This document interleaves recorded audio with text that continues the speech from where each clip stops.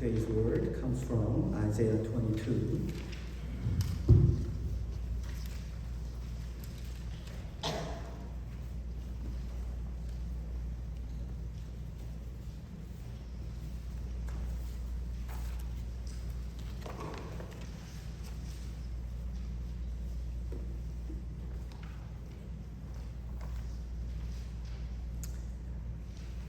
Isaiah 22 verse 11, I would like to read. You built a reservoir between the two walls for the water of the old pool, but you did not look to the one who made it, or have regard for the one who planned it long ago. One more time, I would like to read that for you. You built a reservoir between the two walls for the water of the old pool, but you did not look to the one who made it, or have regard for the one who planned it long ago. Amen.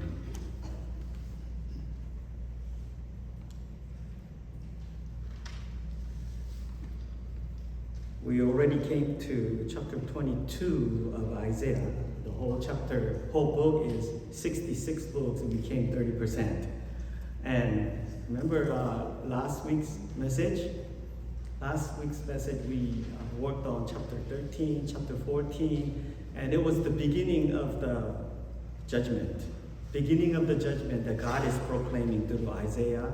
And the judgment started with Babylon. And we are going all the way to middle of chapter 20 some chapters. God is proclaiming judgment here. I want you to know, maybe you're thinking, when you hear the word judgment, when you hear the message judgment, what comes into your mind? For me, I used to think that judgment is judgment. They did something wrong. God looks at them, and God decided to punish them, and judgment is judgment. And I didn't think anything more than that, and I didn't expect anything more than that either. So I didn't really get much out of judgment. But this time, when I was digging into the book of Isaiah, chapter 13, where it starts, the all nations other than the Israel and Judah, when God is proclaiming judgment, I was finding wonderful things. Wonderful things. Maybe you're thinking, oh, Pastor Isaac, what can you find in the judgment? What do you find other than the destruction, other than the punishment, other than the judgment? What do you find? Wow, whole lot. When God is opening your eyes, you find a whole lot of things in the judgment message, because God has planned it in a beautiful way. I want you to see it from God's perspective. When God is giving the message to Israelites that He's going to punish, He's going to bring the judgment to all the countries surrounding. Why do you think God is just delivering the message?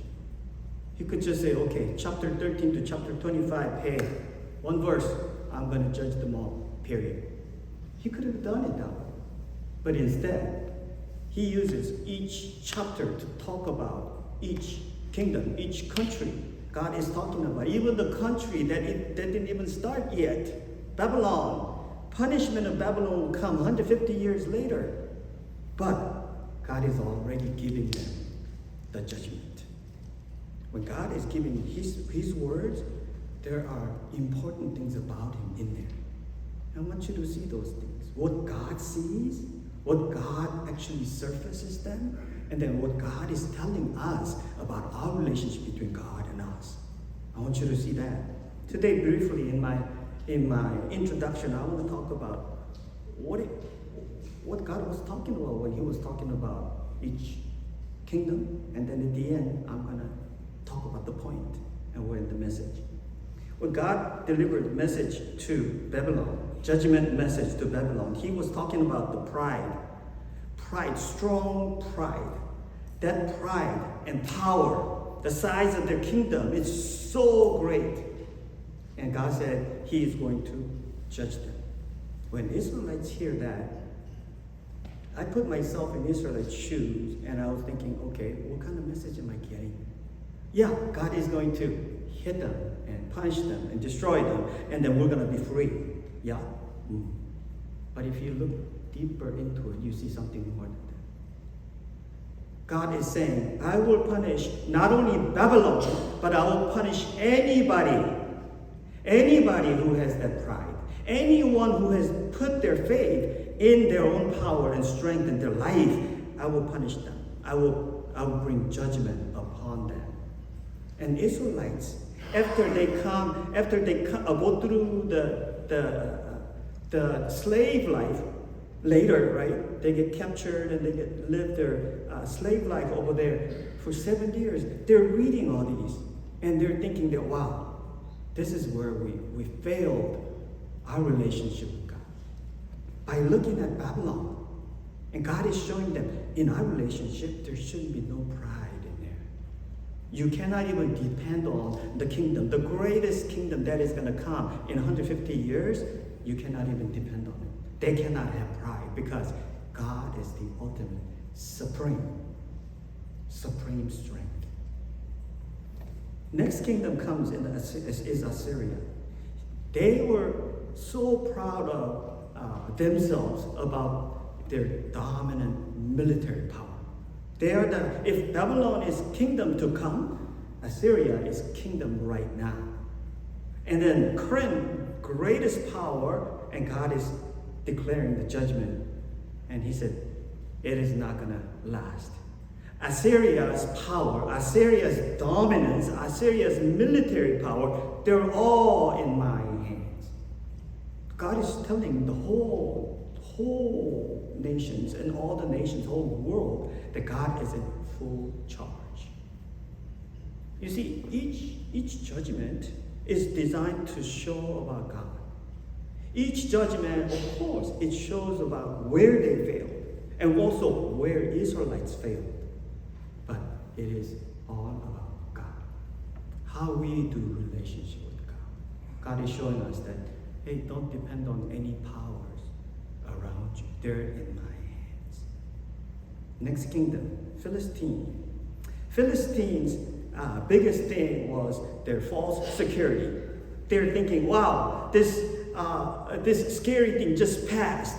And then, wow, we have peace right now. So are we going to have security right now? That's the biggest. Because Philistine is not the biggest country. They're the smaller than Israelites and Judah. They're 5 cities country, but they had the highest technology. But their security is in false security. They're looking at the momentary peace, just temporary peace, and that's all they depend on. But God is surfacing all these. You see anything around and you depend your security on them, I want you to wake up. It's not going to happen. Full security is in God. Only God has the security, and He is the lasting security. Next kingdom is Moab. Moab is the kingdom that has a deep pride, self-glory. You know, when I was looking at all these lists of countries, they're getting punished, and they're deep inside. God is surfacing them, and God is showing them their hearts. God is showing God's people what their heart contained in there. And I see one common thing, you know what? Pride. They all have pride, isn't it? Isn't it interesting? They all have pride, and God is punishing them. What did I say? Well, what did God say last week about the pride? Pride is not something that shows outside, but pride is the heart's condition. Pride is your heart where there is no God. It's the condition of your heart where your heart has no God. If God is not sitting in your heart's throne, who's sitting there? You. No one else but you. Okay, I want you to imagine for a while. When Israelites are reading all these things, they're not going to be just reading all these historical things and say, okay, wow, Babylon got judged. Assyria got judged. Moab got judged. All these kingdoms judged. But generation after generation, they go through their difficult times with a relationship with God, and they're thinking, and they get the message.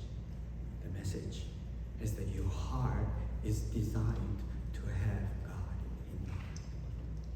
That's the message. Even through all these judgment message, none of them are same. They're all different. They had a different dependence, the false security. They had the pride, self-glory, all different kinds. Let me name a few more. Egypt, I'm going to come down a few more. And then Egypt, they're talking about idolatry, human wisdom, political confusion. Egypt, Judah used to depend on not only Babylon, but think about the big country. It's so natural, isn't it, for Judah, small country, to try to survive. I want to survive. And the thing they do is they look around and they look at big kingdom we can depend on. And one of them is Egypt. And they depend on Egypt, and God is punishing. God's message includes Egypt. Egypt, he said, they have idolatry, human wisdom, political confusion. And God is showing all these things, all these reasons that they cannot depend on. God is the ultimate power they can depend on all the time. Babylon comes out again, chapter 21. We had our early morning yesterday morning. We talked about it. A big question was, hey, didn't we talk about Babylon in chapter 13 and 14? Why did it come out again? Chapter 21. Did God forget? No, God didn't forget. Chapter 13 and 14, if God talked about it from the big picture, that God is going to be judging them in the future, but chapter 21 shows that day how the Babylon is going to fall, and God showed them as if it's happening right now. What is God showing Israelites? God is not declaring the judgment far in the future, but God can show you how fast it's going to happen, how powerful it's going to happen, how imminent it is. God's judgment is going to come as real as He has spoken. All these things. And then chapter 20 and 22, we came here. I want you to see, I want you to think with me. Starting from chapter 13 to 21, he's talking about all these countries around, and God has declared the judgment.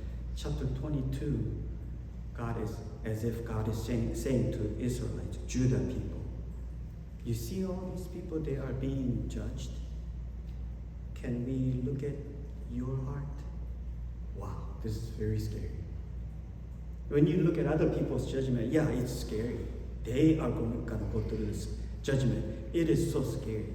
But now, Israelites think, hey, we're holy people. We're not going to get judged. No.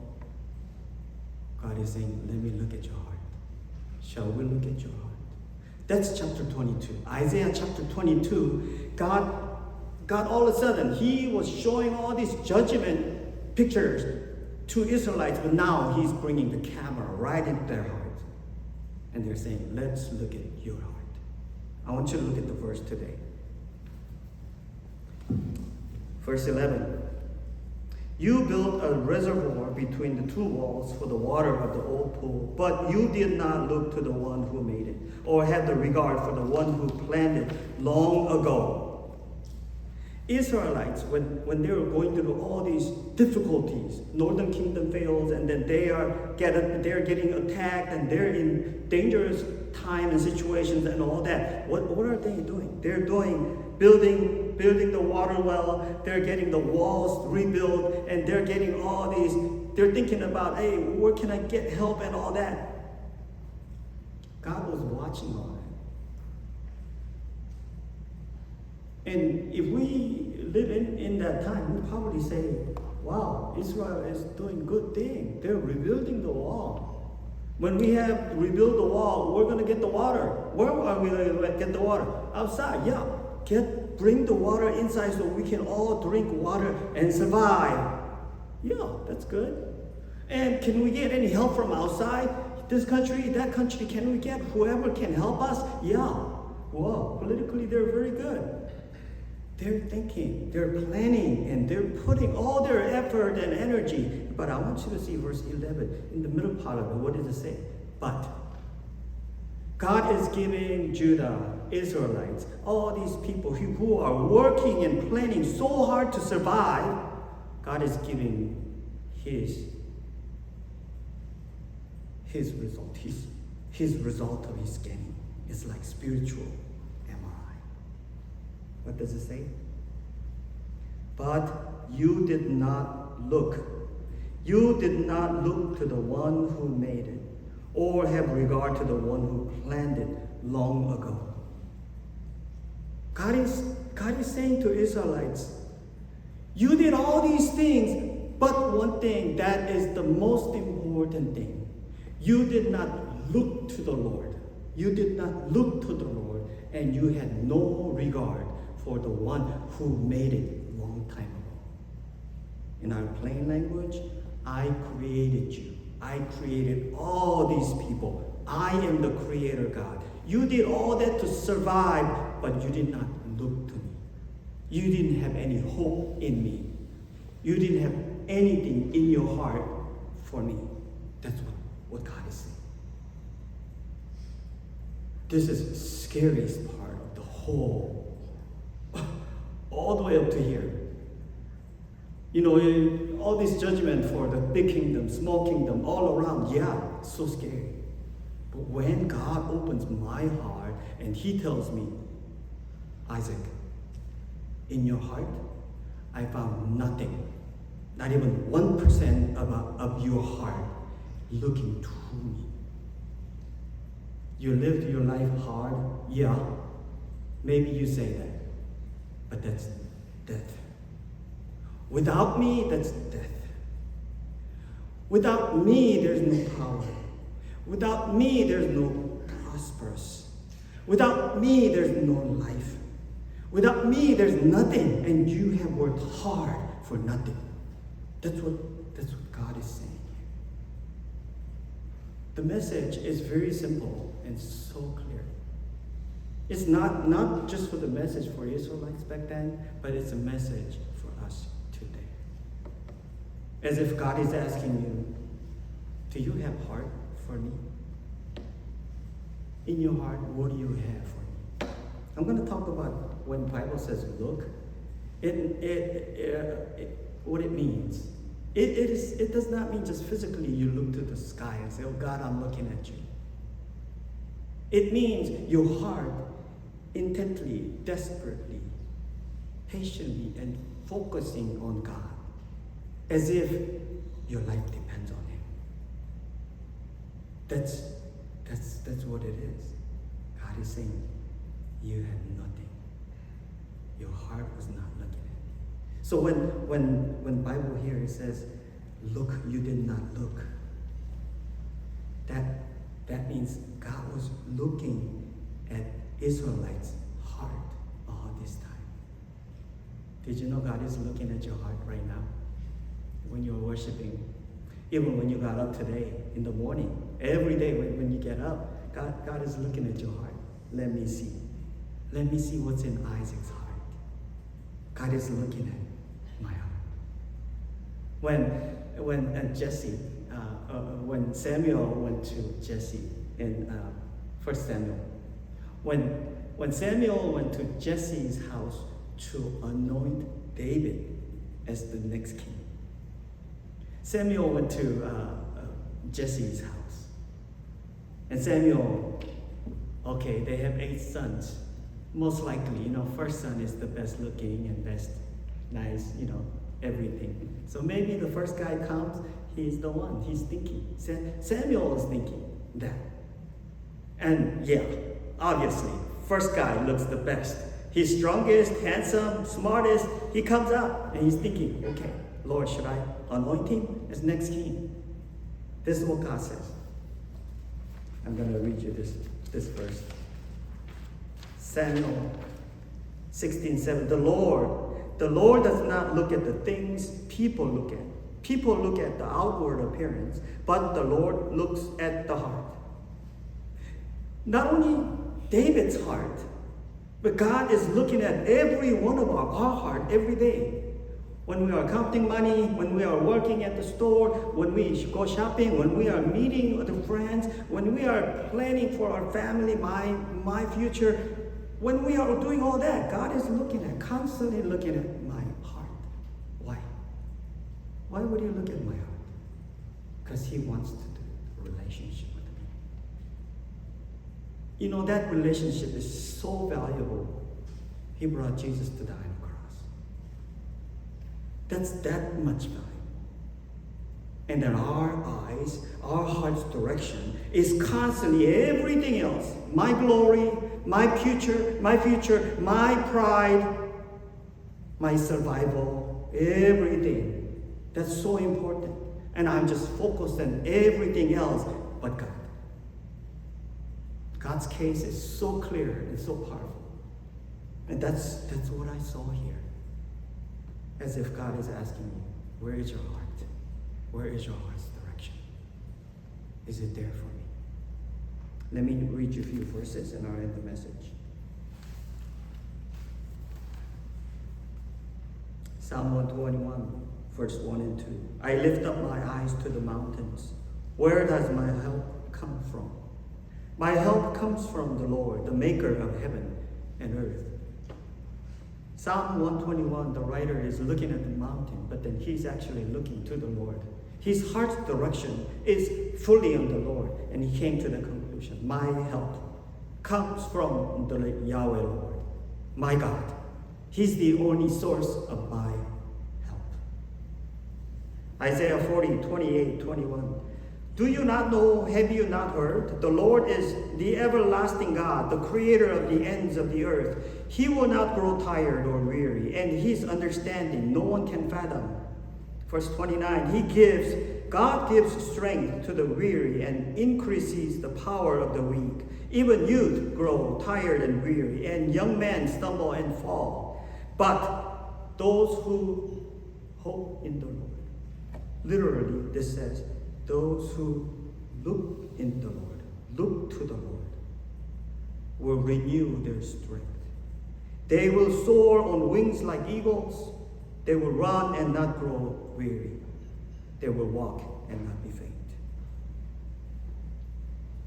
Hebrews 12:2. Let us fix our eyes on Jesus, the author and perfecter of our faith, who for the joy set before him endured the cross, scorning its shame, and sat down at the right hand of the throne of God. The writer of the Hebrew is telling us not only just look to the Lord, but fix your eyes on Jesus Christ. There's life no other place than Jesus Christ. There's strength, there's survival, there's life no other place than Jesus Christ. May God bless you as you live this week. Your heart's direction and focus is completely on Jesus Christ. And you ask him, Lord, I want to live my life. Even if it becomes a day, I want to live my life for your glory. Not for my pride. Not for my success. Not for my anything, but for your name. Isn't that what David said when he's against Goliath? Goliath came out with spear and sword and all that. David said, I come in the name of the Lord. You come with the sword and the dagger and spear, but I come in the name of the Lord. Small person who has nothing, only had 5 rocks in his pouch. But he saw beyond the physical size of Goliath. He saw God standing behind. And that's why he said, I know that name. He was with me all throughout my life, and I know he will deliver me. This battle is in his hand. May God bless you.